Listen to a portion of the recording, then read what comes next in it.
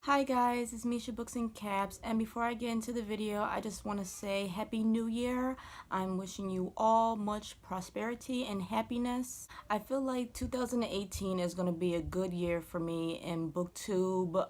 You'll probably see more consistent content from me, and I'm so ready and looking forward to that. For today's video, I'm doing my December update. And these update videos consist of me talking about what I read that month, what I'm currently reading, and what I'm planning on reading. Pretty much similar to wrap-up videos, except for one, I just want to be different with naming them updates, and two, I just want to stay consistent with naming my BookTube videos. My last update I did was in November, so I'm going to continue to call them update videos. Now, for the month of December, I read 13 books, which you'll probably never hear me say again because I typically read around 2 to 4 books in a month.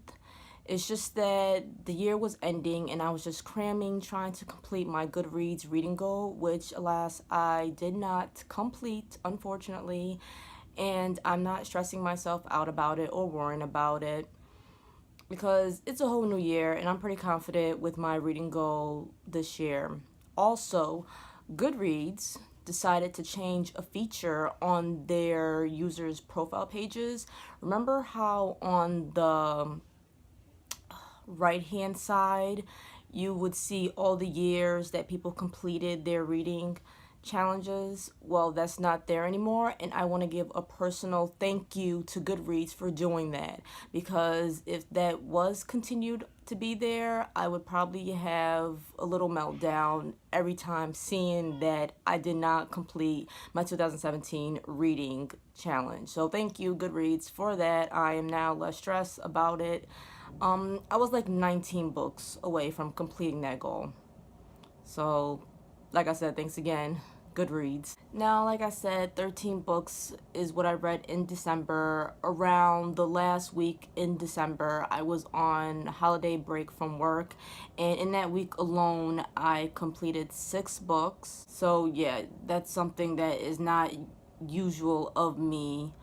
But because of that, I am not in a hurry to get back into reading, and I'll probably talk about that a little more later on in the video. But for right now, let's just hop right into the books I read. So in December, I read a bunch of Goosebumps and Fear Street books by R.L. Stine. I did the same thing around December last year. Pretty much these are easy, fun reads that I just read so I can get further into completing my reading challenge. Even though I enjoy these books, I don't want to incorporate them into another year of resorting to reading them. After reading so many at once, I kind of get bored with it, and I just want to read more newer and fresher books. And I don't, like I said, I don't want to keep resorting to reading Goosebumps and Fear Streets at the end of the year. So December was filled with a lot of reading of Fear Street and Goosebump books. Last year I read a bunch of them and they were really good. Like, I read ones that I did not read when I was a teenager, and they were so good. This year, or last year in 2017, they weren't that bad. But like I said, last year was the last year for me doing that. In December, I also read Are All Guys Assholes by Amber Madison and Women Have All the Power, Too Bad They Don't Know It by Michael J. Lockwood. And I mentioned these books in my November update video, I believe, because I read them in November and I finished them in December, but I figured to also count them in this video as well. And I think I gave you guys my review on those books. I didn't rate Are All Guys Assholes, and I gave Women Have All the Power 4 stars. And like I said, I talked more about those in my other videos. I also read Calling My Name by Liara Tamani, and I gave this book 3 stars. This book was okay, though I thought it could be much better, especially for a debut book. I didn't really enjoy the writing too much. It was a little too poetry, flowery, that type of writing for me. And sometimes that when authors write like that, they can either do it really good or not so great. I don't really think there's an in-between with me with those, but that book follows our main character as she goes through different phases from middle school to high school. So it follows her through the ages of 11 to like 17. And like I said, I thought the book could have been better well written when it came to its characters and its plot. It just felt very flat, and the characters didn't really seem to get farther than two-dimensional. But I would probably give the author another try, but this wasn't a great book in my opinion for a debut. It didn't wow me or anything. The next book I read was Dissolving Classroom by Junji Ito. Now, I talked about Junji Ito in my Goodreads tag. I said that he was my favorite author, and I was not disappointed by Dissolving Classroom. When I originally saw this in the library, I was literally jumping for joy because I found another book by him to read. And like I said, I was not disappointed. It was so good. Dissolving Classroom follows this little girl and her older brother as they wreak havoc on the people that they come across. The little sister is evil. She's a little evil thing that likes to feed on brains. And the older brother, he worships the devil. And so I was not disappointed by any of the stories in any of the chapters. It was such a good book. It was very entertaining, and I gave it 4 stars. Like all of Junji Ito's work, it was filled with just grotesqueness, and the plot was really good, and it kept me intrigued. And I, of course, will read more by this author because he is one of my favorites. This month or last month, he came out with a new book called Shiver, and hopefully I'll be seeing that around soon and getting around to reading that. The next book I read was My Friend Dahmer by Durf Backdurf. And this book tells the story of Jeffrey Dahmer's younger years in high school, told from the point of view of Durf, who used to know him and went to school with him. Now, I remember seeing this book in the library years ago, and at the time I was intrigued by it and wanted to read it, but I never got around to it. And then around November or December, it became popular because I believe they turned it into a movie, and I figured to just get around to reading it. And then when I seen it in the library, once again, I was jumping for joy. I was so happy to pick it up and read it. It's a graphic novel, and I gave this 4 stars. I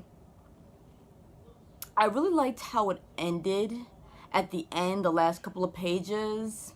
The book was just, in the middle of the book, between beginning and end, it was alright. I actually think it would be a book I would consider knocking down to either 3 or 3.5 stars, but for right now I have it at 4 stars. For the most part, I greatly enjoyed it. The graphic novel was trying to get its readers to sympathize with Jeffrey Dahmer a little bit, to show his previous life before it got into his adult years.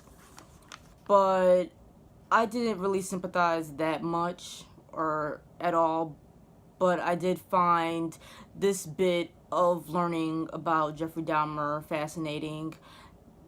I'm probably amongst many others who probably find Jeffrey Dahmer interesting. The next book I read was Hunger by Roxane Gay, and this was probably one of my favorite reads of that month.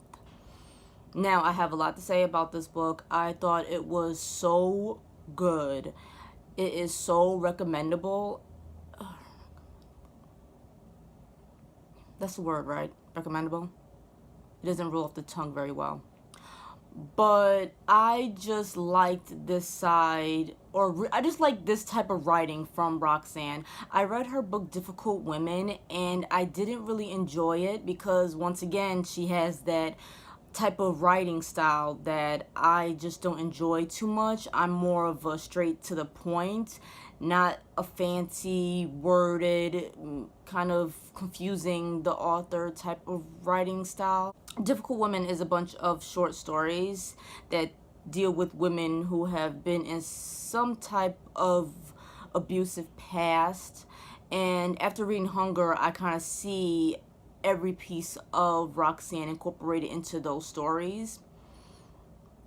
And there was probably like between 15 and 20 stories, and out of those stories I think I only liked really 3 of them. So I gave the book around 3 stars. But Hunger was so good. I thought it was so insightful, and I loved seeing that different perspective. I think more people should read it. Like, this is something that I would recommend people reading. And though there were times where I felt like I could not relate to this book, and I felt like that would hinder my overall experience with it, and it didn't really. And by relating, I mean, like, I'm not a woman that weighs between 300 and 600 pounds. I'm not 6 feet tall or so. And I thought little things like that would not make me enjoy or appreciate the book as much as I wanted to, but that wasn't the case. Roxane Gay talks a lot about weight issues and obesity in America, and I felt like she covered all points from her perspective, and it was just an overall well-enjoyed book. And I gave it 4 stars, and I would highly recommend everyone to read. The next book I read was A Monster Calls by Patrick Ness. This was an original story by Siobhan Dowd. That's such a pretty name, but I cannot pronounce it. I'm sorry if I'm butchering it. But I greatly enjoyed this book. What the story is about, I thought was told very well. I don't want to give anything away, but pretty much it is about this boy named Connor who has to deal with issues of what happens when certain things affect a family regarding a parent.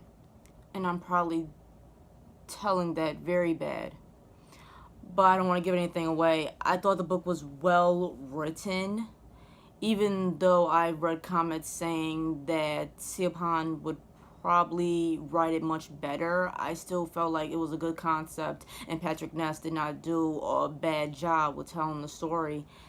And I thought it was so heartbreaking, so touching. I'm happy they made it into a movie, and I'm hoping it's good. I don't have the book on me, but I did want to read a section in the book where I first started to cry, and I will always remember this page number. On page 172, there is a scene where Connor is talking to the monster, and he says, they're having a conversation, and then he says, "Help me."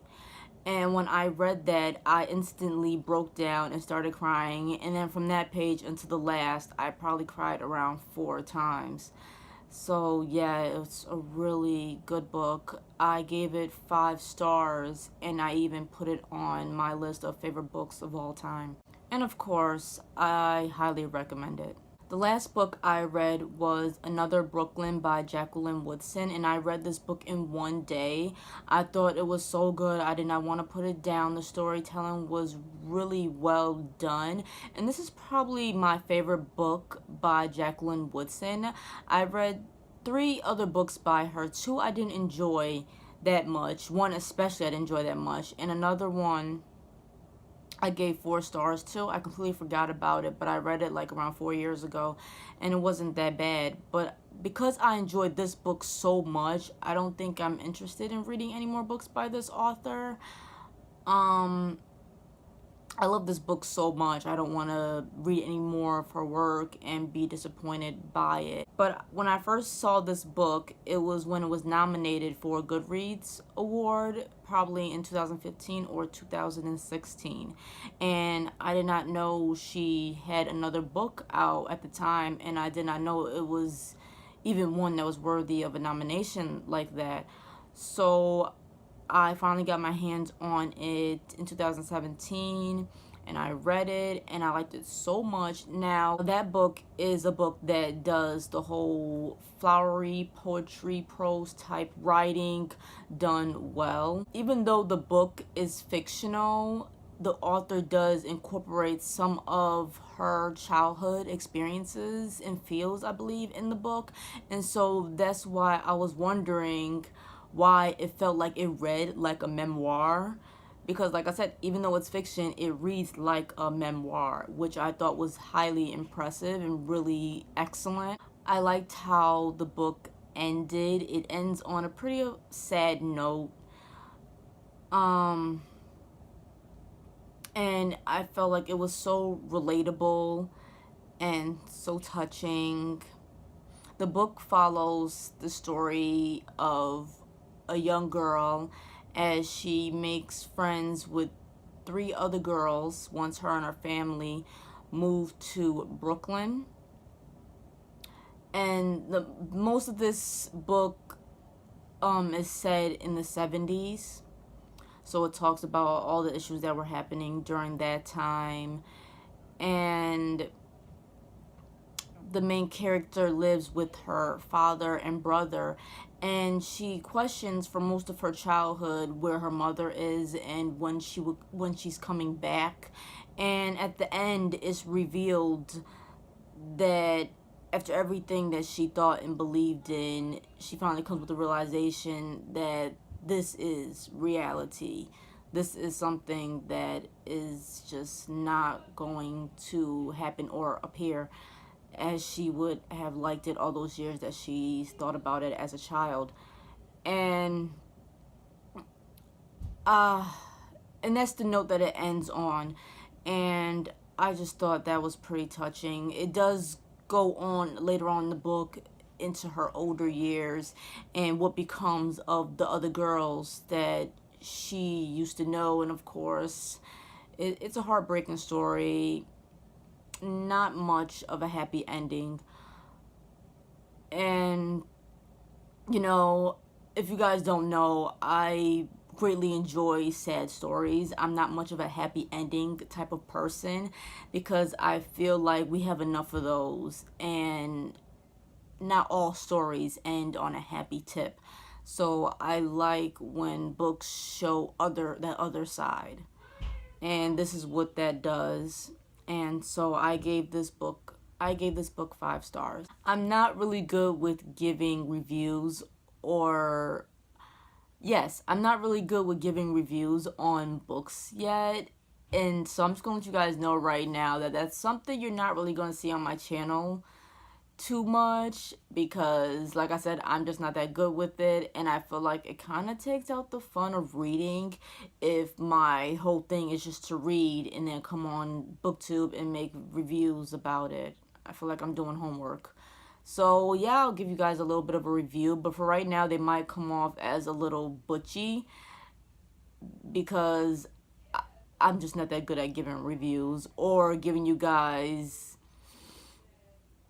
I don't mind giving you guys my opinion on a book, but to give you guys a summary of a book that I read, yeah, I'm not that great at.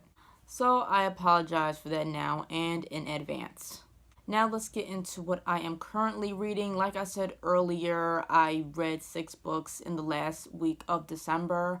So because of that, all that cramming, I decided to give the first week of January off from reading, but I'm not gonna lie, I'll probably continue reading what I'm currently reading right now. But for the past couple of days, I haven't read anything or I stopped reading. I'm not really in a reading slump. It's just that I'm taking a break off from reading because in the month of December, I was reading a lot and I started getting some symptoms of dry eyes. I was told like around 2 years ago almost that I have a little bit of dry eyes, and I was prescribed some artificial tears, which I never took at the time because I felt fine.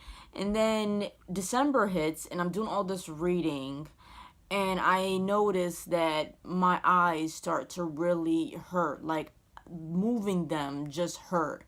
And around this time, I also came down with strep. So it wasn't a good time. So I decided to start taking those artificial tears again, and voila, I felt much better. And so that's probably one of the reasons why I'm just giving my eyes a little bit of a rest.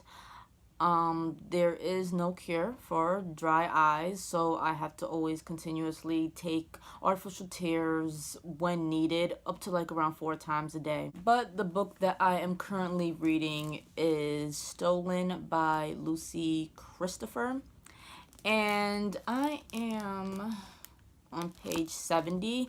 It is not a bad book, but it's not a book that I'm eager to jump back into. But this is what I am currently reading. And what I plan on reading, I have a ton of things I plan on reading. That's going to come up in my next video because I have a TBR of books that I plan on reading next, and it's going to be called my first of the year TBR. And for the month for the year 2018, I'm going to make I have a lot of TBRs lined up. So this is just going to be the first of it. And here they are right here. You will see this in one of my next upcoming videos. But pretty much those are all the books that I wanted to read last year but didn't get a chance to get to. So instead of giving them back to the library, I figured since I already have them and they're already here, I'll just go ahead and continue reading them. Though it was not in my plans to read those the first of the year, because I wanted to read the books that I've had on my current reading list for years. But I'll just get to them because they're here. And I'll make a TBR, a whole video talking about what those books are. So I guess that's it for this video. Please stick around to watch my TBR video that I'll probably upload next week or in a couple of days. And all my social media accounts are down below, so please follow me on all my social media sites. Thank you again for watching, and I will see you soon. Bye.